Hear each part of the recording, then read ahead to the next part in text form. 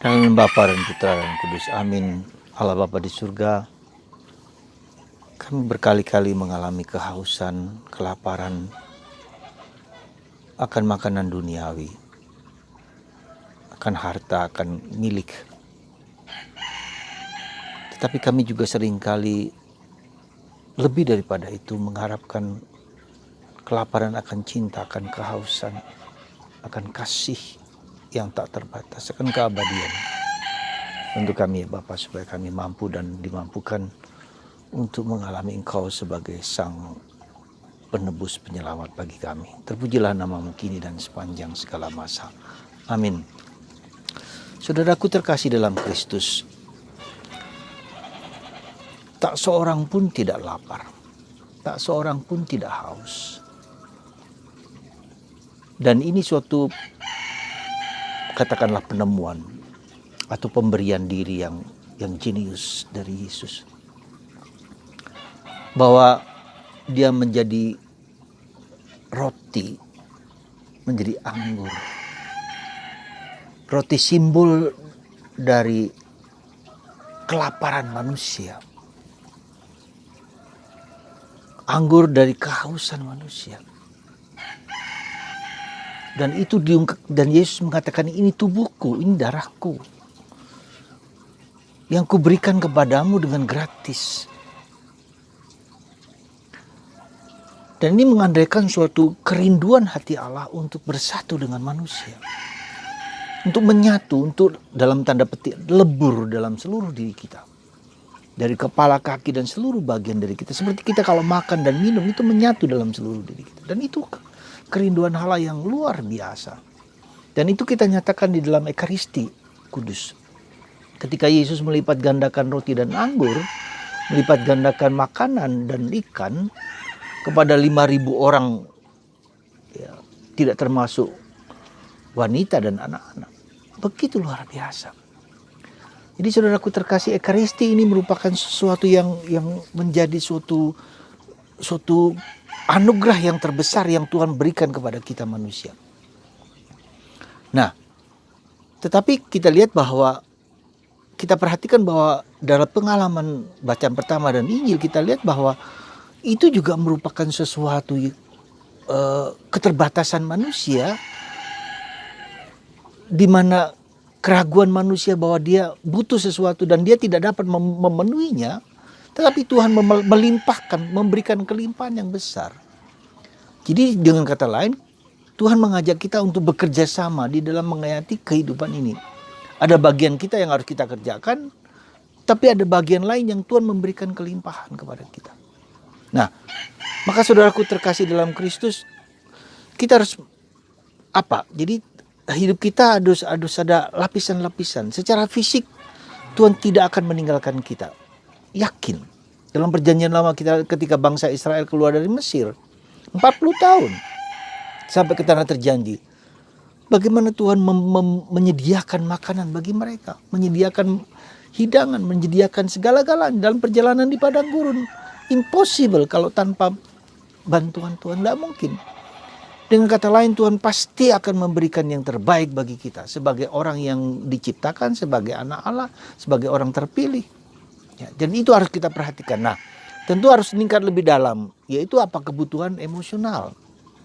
Kebutuhan akan kasih, akan hormat, akan relasi yang baik, harmonis di dalam kehidupan ini. Ya, perasaan dihargai, perasaan dicintai, perasaan dikasihi, itu semua. Ya. Jadi ada level fisik, ada level emosional, level psikis, tapi juga ada level rohani. Ya. Tuhan, kita harus memasuki level rohani ini, level misteri ini. Dan itulah saya kira salah satu aspek penting yang mau disadari oleh kita di dalam masa pandemi ini. Itu aspek misteri, aspek rohani, ya. Aspek, tidak lagi aspek komunal, tidak lagi aspek sosial, tidak hanya aspek sosial, aspek komunal, aspek liturgikal, aspek ritual, tapi aspek misteri. Ya, aspek misteri bahwa Allah yang berkuasa atas hidup kita. Nah, kita harus meningkat ke situ, kita harus masuk ke atas, ke tingkat itu gitu loh. Dan itu bukan sesuatu yang gampang. Ya, untuk bisa masuk ke tingkat misteri itu, di mana Allah hadir, di mana Allah hidup, di mana Allah bekerja, di mana Allah nyata dalam seluruh perspektif hidup kita, apapun juga. Ya, itu yang saya kira menjadi tanggung jawab kita, menjadi usaha kita, menjadi kekuatan kita untuk berusaha memasuki dunia rohani, dunia batin. Nah, masalahnya dunia rohani itu adalah masuk ke dunia batin. Dunia misteri itu masuk ke dunia batin kita, bukan keluar. Ya. Dunia teknologi sekarang itu dunia keluar, di luar mengembangkan aspek yang kelihatan. Gitu. Teknologi kita dengan segala kemampuan daya-daya yang luar biasa dengan internet itu adalah aspek eksternal, aspek eksterior. Tapi kita tidak memasuki aspek batinia ke dalam. Ya. Dan itulah yang sebetulnya sesuatu yang mau Tuhan ajak kepada kita untuk memasuki aspek batinia, aspek rohani, aspek ke dalam. Nah, saudaraku terkasih dalam Kristus, karena kalau kita jujur, kita haus dan lapar itu adalah aspek batinia, bukan aspek luar. Ya, kita mencari apa saja yang kita penuhi, tapi kita tidak pernah puas. Nah, itulah maka kita diajak untuk memasuki aspek batinia. Nah, bagaimana itu? Ya, ada banyak cara. Ya, ada banyak cara kita melihat dalam Injil hari ini. Yesus ketika melipat gandakan makanan itu, semua orang mengajak dia mau menjadi nabi, orang hebat, tapi dia pergi ke tempat lain bersembunyi. Ya. Jadi aspek batinia itu adalah aspek memasuki hidup batin. Nah, saya sudah mengatakan bagaimana untuk menjembatani aspek rohani yang nggak kelihatan ini dengan aspek fisik, ya, yaitu dengan apa? Dan Tuhan memberikan kepada kita apa? Yaitu Roh Kudus. Ya, roh yang Tuhan berikan kepada kita itu menjadi kendaraan kita untuk memasuki hati Allah dan memasuki hati kita manusia. Maka saya mengajak Anda untuk secara simpel lah, secara gampang lah. Ya, Anda mulai saja dengan apa yang saya katakan berkali-kali dan berulang-ulang. Saya tidak akan bosan mengatakan, Anda ulangi lagi, datanglah Roh Kudus. Doakan rosario 2 kali putaran setiap hari, datanglah Roh Kudus. Coba, ya. Simple. Tapi nanti di situ kita akan melihat Roh Kudus akan membimbing, menuntun kita untuk memasuki level yang disebut level bawah sadar. Bukan hanya level sadar, tapi bawah sadar. Membongkar di situ misteri-misteri batin kita yang terdalam, entah termasuk bakat-bakat kita, kemampuan kita, termasuk juga luka-luka batin kita, termasuk masa lalu kita yang pahit, termasuk kehendak kita yang banyak dosanya, banyak kelemahan, tapi juga begitu banyak keagungan, kehebatan, keluar biasaan yang Tuhan melimpahkan kepada kita.